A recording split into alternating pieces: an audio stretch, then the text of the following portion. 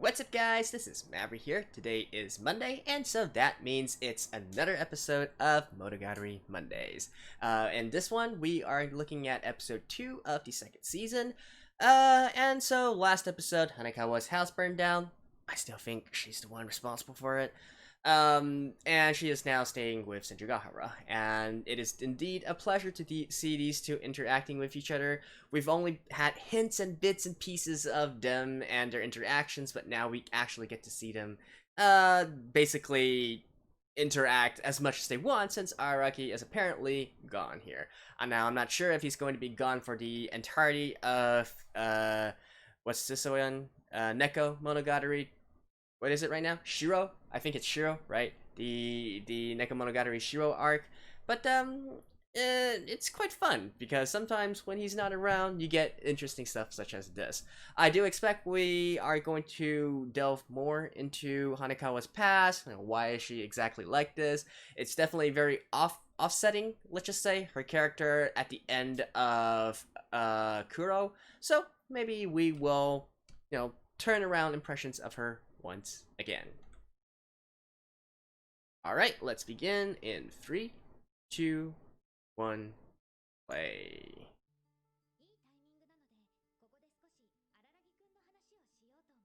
Oh, apparently we're gonna learn about Araragi now. Well, I'm not surprised. You knew what you knew, right?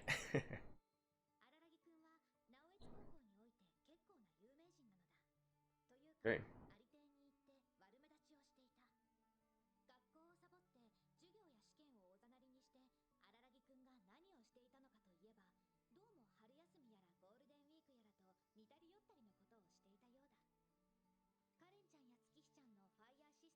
Oh wait, this is... I thought we were going to go into like a flashback or something.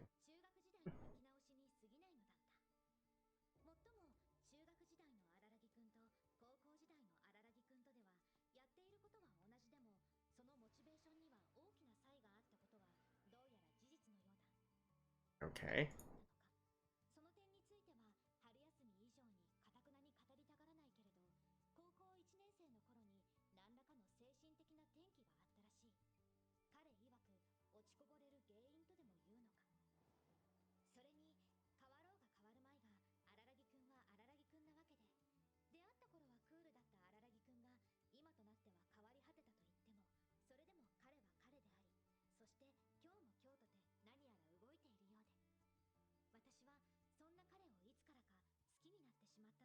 So are you gonna talk about it?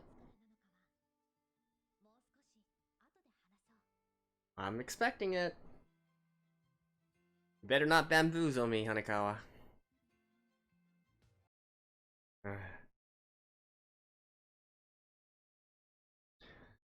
It was kind of like a trick to us at the beginning here. Because she was like, oh, I knew about him a long time ago, but didn't really say anything in regards to what actually happened.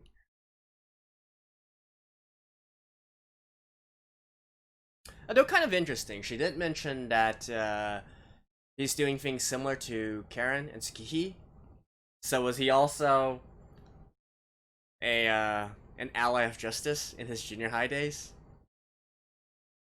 A Chunibyo?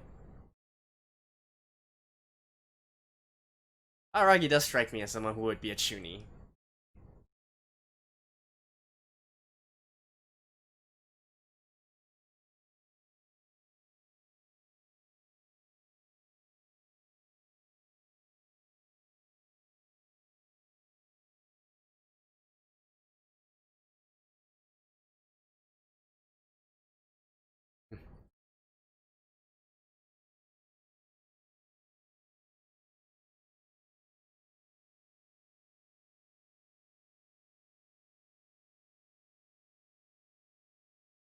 So definitely a little bit too fluffy, but it's cute.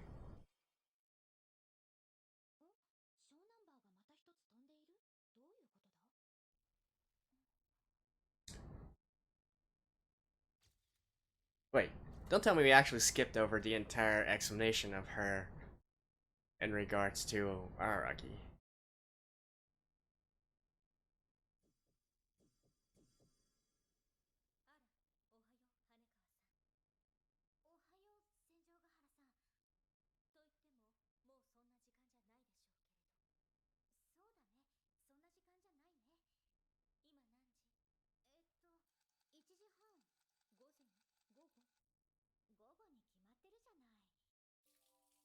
If it was AM, they would have slept like a complete day.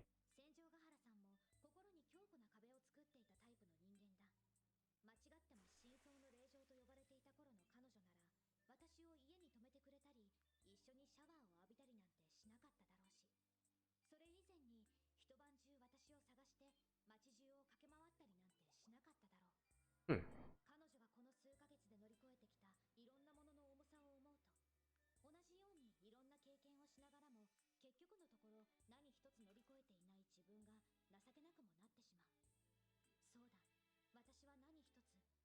Okay. This is really getting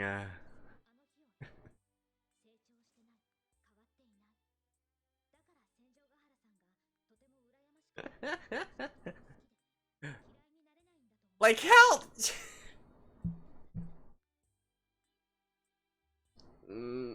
I think at that point it's like they're not even no words, no words.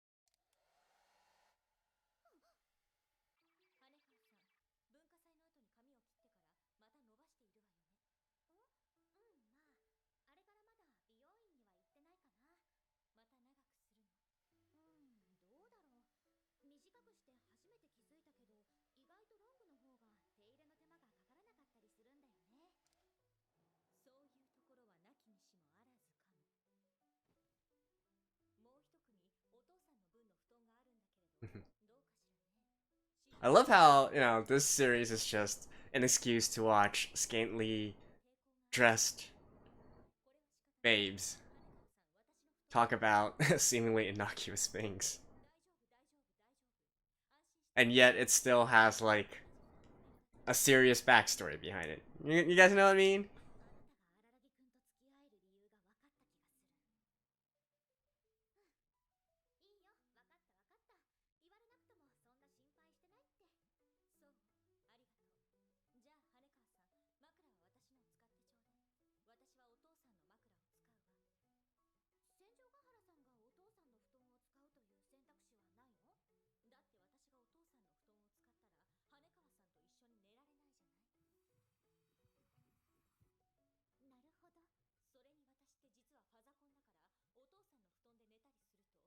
What?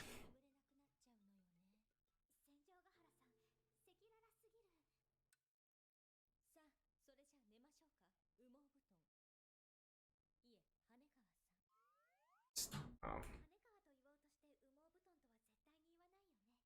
Yeah, that doesn't really work as a pun, actually.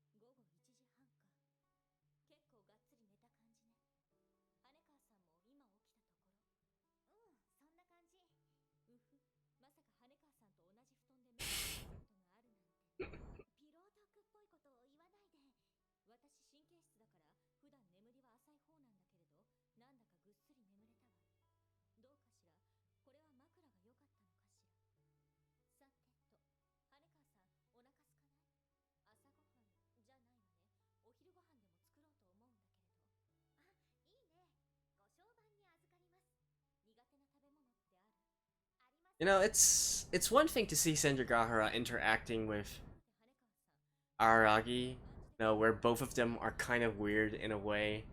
But having her actually, you know, talk with Hanekawa this long, who, you know, for the most part acts normal, right? That's her thing. She wants to act normal. You really get even more of a sense of how weird Senjougahara actually is, especially her talking patterns.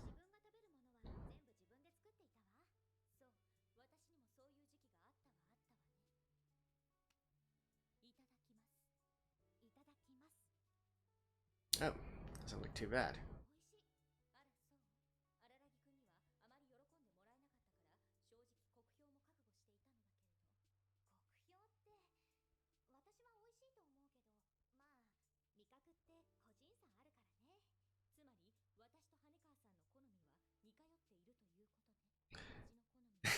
I was about to say taste in men as well. She said it first.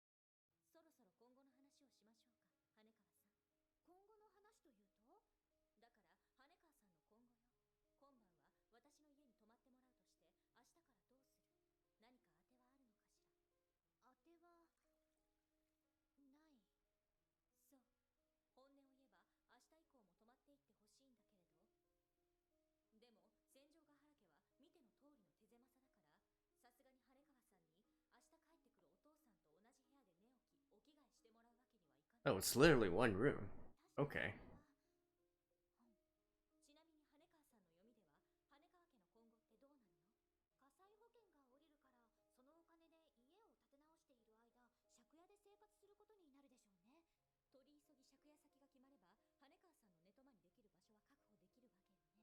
Well, about that.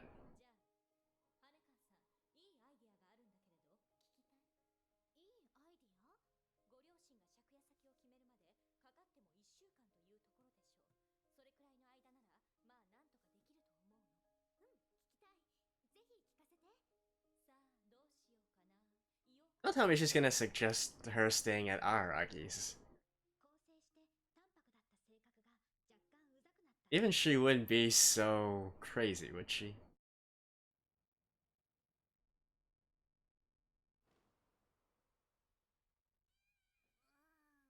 Mm.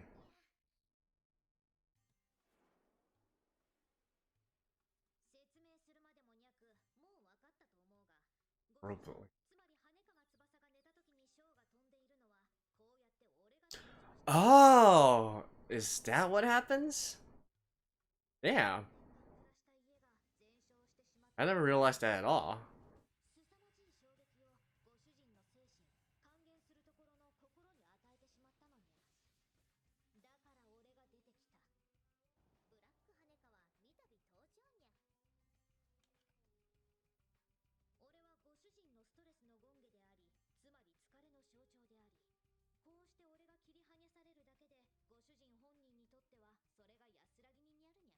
For a second.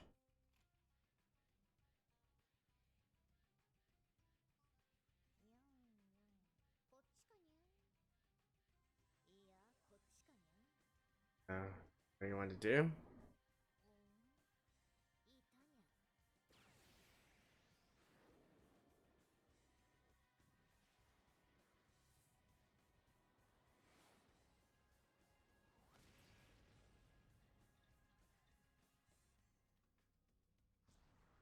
Ah, the tiger. Are you the one who burned down the house?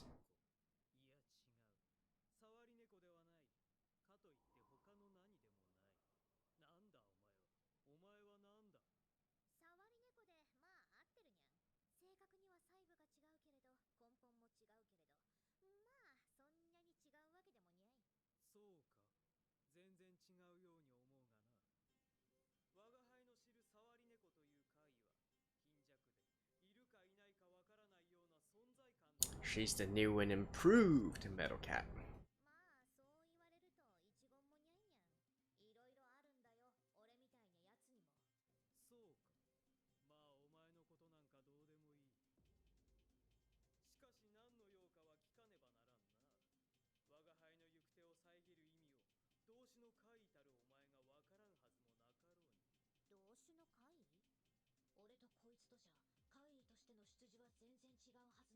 I guess you're both cats?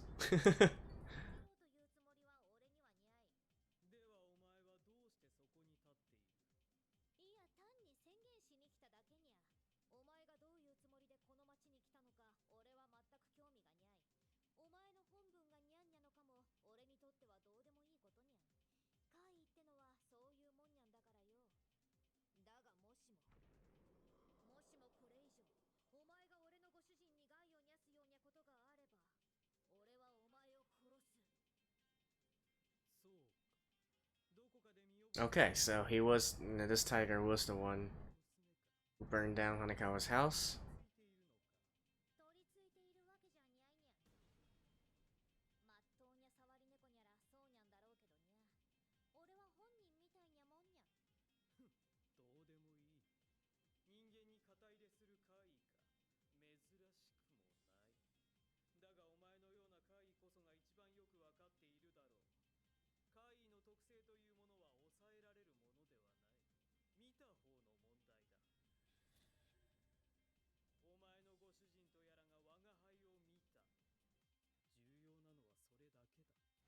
So does that kind of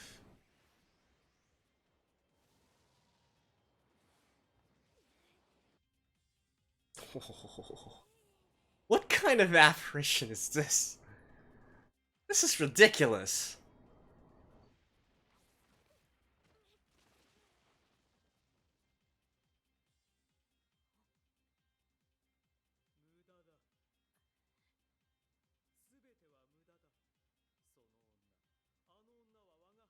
So is it sort of like a manifestation of Hanekawa's deepest desires?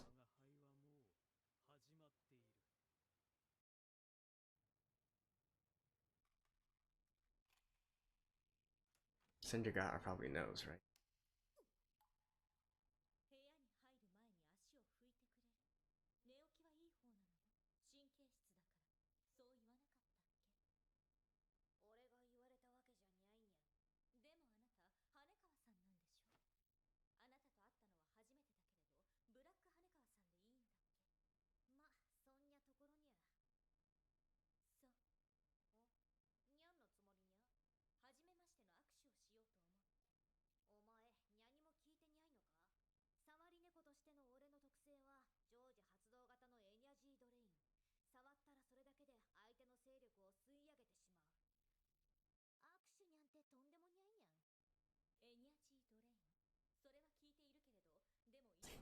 Senjougahara is definitely crazy.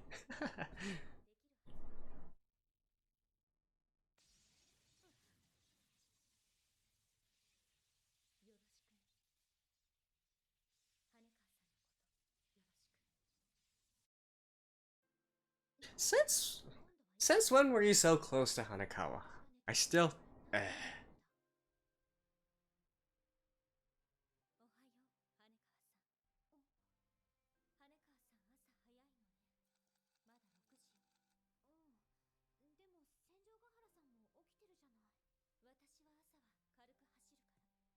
Oh, really? With free chapters gone?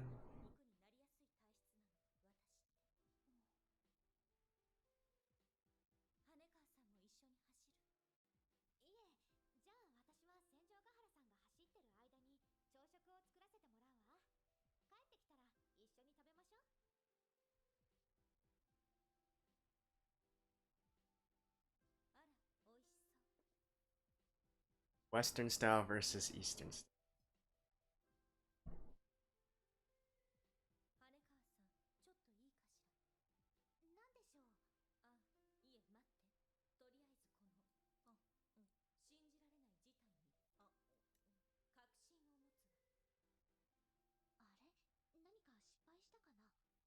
It's way too good.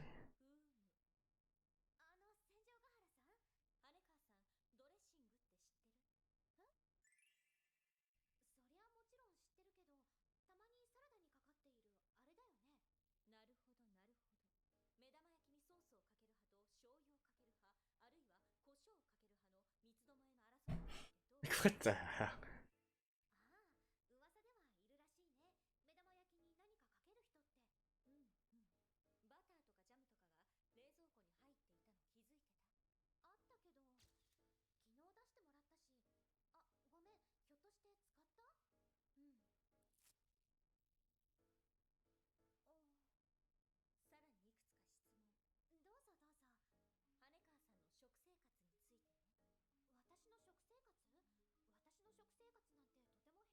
It's plain?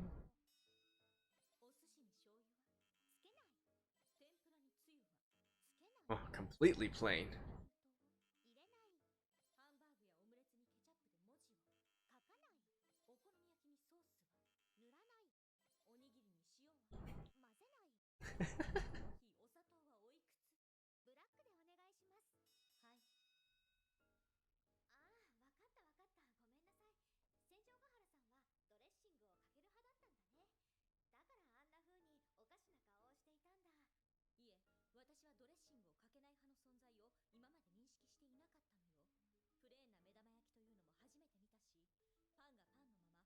Fried eggs could be eaten plain.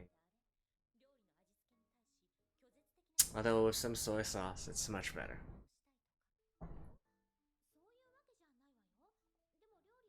Salad is definitely not something I like to eat without dressing.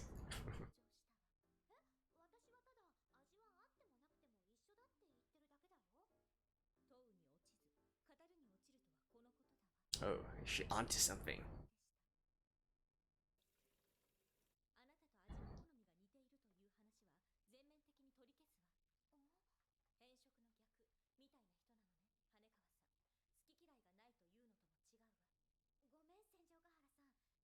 Hmm.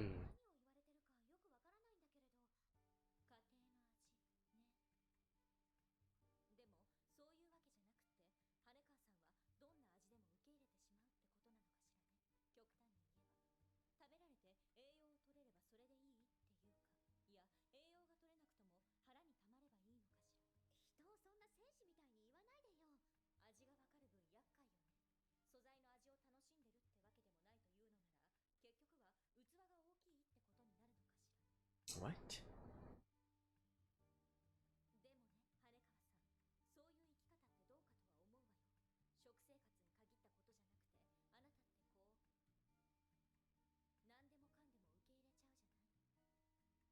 No.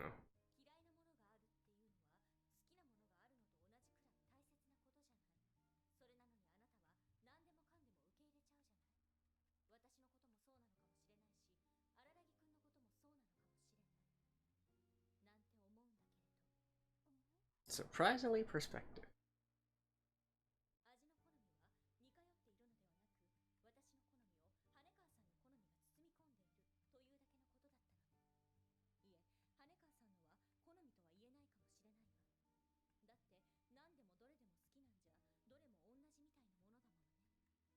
Hmm.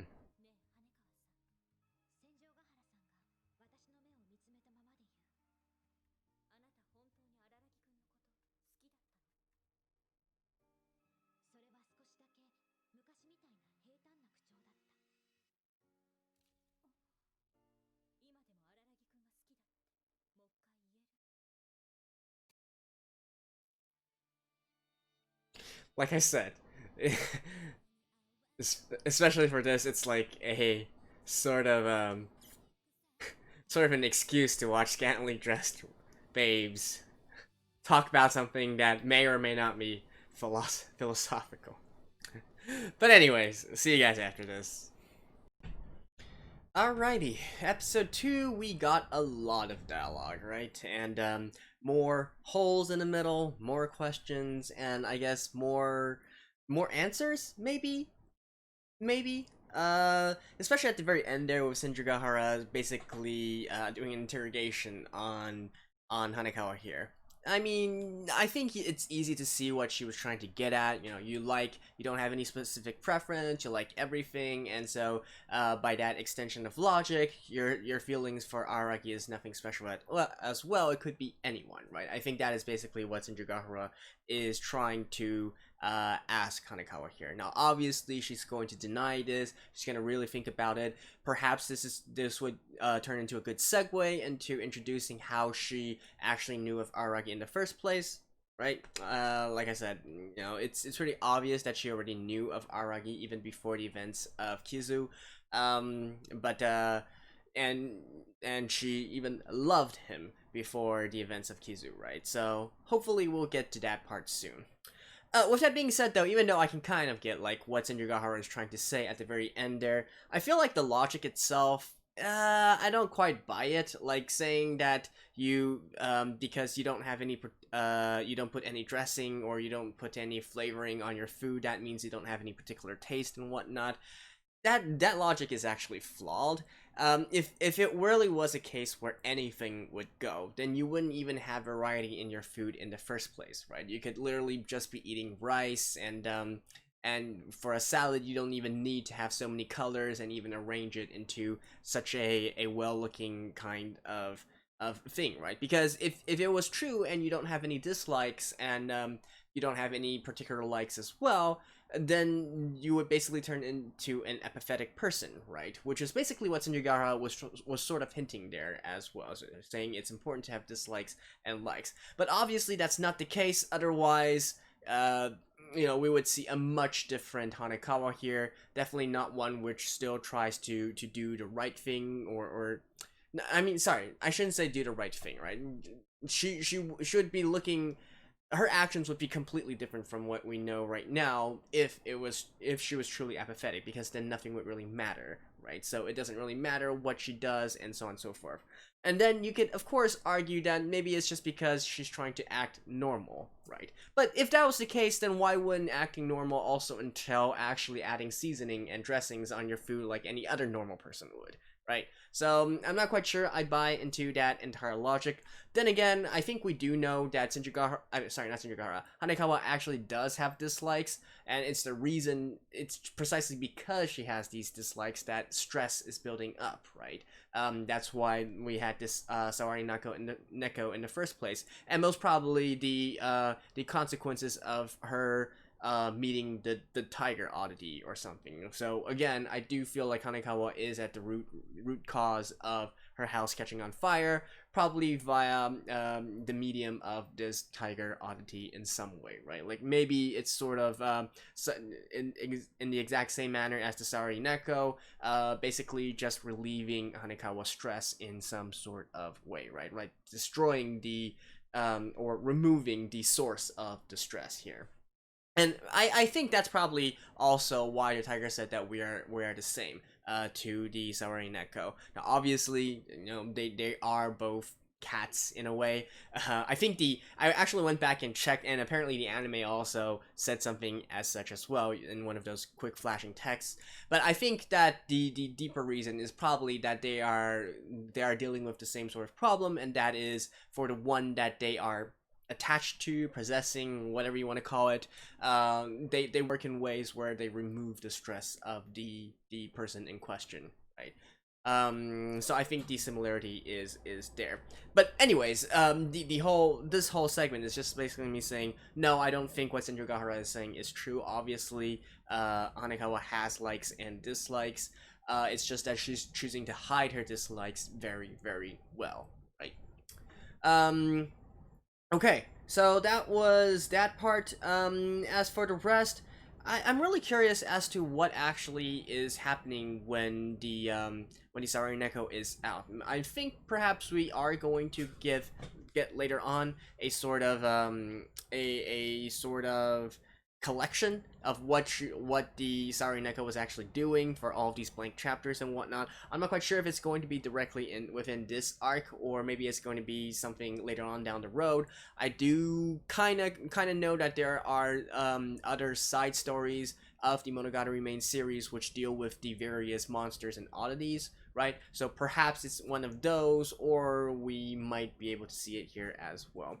I guess for the purpose of advancing a story, it may be not all that important, since what's really important is what happens to Hanekawa and her thoughts, anyways, right? So yeah, maybe we can just put it there. Two things actually that I guess these two might be considered together. So again, going back to the first episode, I'm still very puzzled as to the entire relationship between Senjougahara and Hanekawa. Like, when did they become so close, right? Sure, here Hanekawa was talking about how Senjougahara wouldn't really be able to do things like this, like take a shower together or sleep together, back in her old days and whatnot. But why now, and why specifically Hanekawa, right? And why does she treat Hanekawa as such a dear friend as well, even to the point of looking around the entire night for her, right? So something obviously happened. And I do keep on wondering if it's something that happened between Bake and Nisei, and particularly maybe even surrounding a reason why Hanekawa cut her hair, right? I think, what did they call it, during the arts festival or something? So potentially I think that's also something that we will explore later. Definitely I don't think this is going to be a case where we are completely left in the dark in regards to the relationship between these two, although it might come in at a later and perhaps even much later date here. Um, and yeah, I think that's basically it for this episode as well. No, not really. Again, it is kind of funny that Araragi is not here, but actually having these side characters well, I can't even really say they're side characters, right? They're main characters as well. Having these interactions between the main characters does bring a breath of fresh air, and also, as I mentioned within the episode, it really drives home the peculiarness of Senjougahara. Like, if normally her talking with Araragi is whatever, because Araragi himself is weird and he also makes these retorts as well. He doesn't really think in the fashion of a normal person, right? But then you have Senjougahara, you have Hanekawa here, who is more or less a normal human, a normal high schooler, and then you got Senjougahara talking with her. That is when you are very, very much exposed and aware of the fact that Senjougahara is really, really weird, particularly in the way that she talks and whatnot. So, interesting dynamic that was definitely only brought out because Araragi was not here. So, interesting as always. Not really being able to make any sort of conclusion yet. I made a few guesses. They may be right, they may be wrong. Well, we shall see as we continue on the story next week. So, hope you guys enjoyed this. Take care and bye bye.